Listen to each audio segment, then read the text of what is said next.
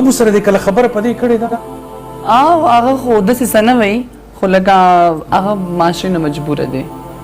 چې تره به څه وایي ماما به څه وایي اور نور خلک به څه وایي بس په دې وجه باقي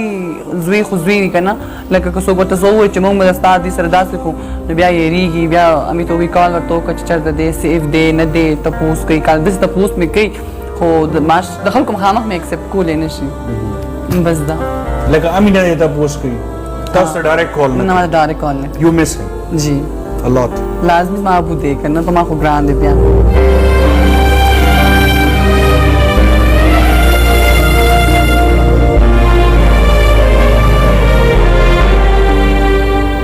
لاست ټایم هغې سره خبره کله شوې لاست ټایم زما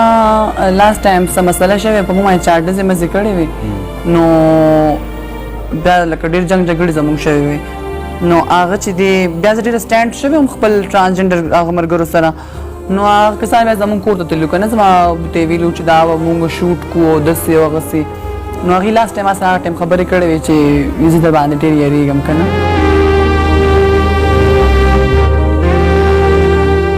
لکه داسې شاته شو داسې نو ما ته بیا ویلې ویم چې بس لایف نو انسان لکه دا زموږ چې څنګه تعلق دی که نه دا هسې مونږ خاندو خوشحاله یو چې مونږ کله خپل کور ته لاړ شو که نه او په یوازې کمره کې کله پراته یو که نه هغه ټایم دی بیا مونږ څوک تپوس وکړي چې زموږ چې کوم دننه فیلینګز دي که نه چې ستړی ژوند دی بس او مونږ ته پته چې بهر چې څونه کسان دي ټول مطلبیان دي څوک هم د مینې په نظر نه ګوري مونږ به ریکویسټ کوو انکل ته اف یو ار لسننګ چې آیان ایکسپټ کوي بیکاز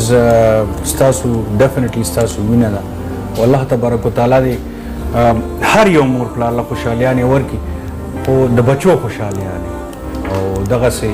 زه به دا وایم چې د بچو خوشحالیانو نه غټه خوشحالي نشته په دې دنیا نو شي از یورز accept him and or accept her as you wish چې څنګه ستاسو خو یو وړوکی بریک لو ګران کوتم بیا راځو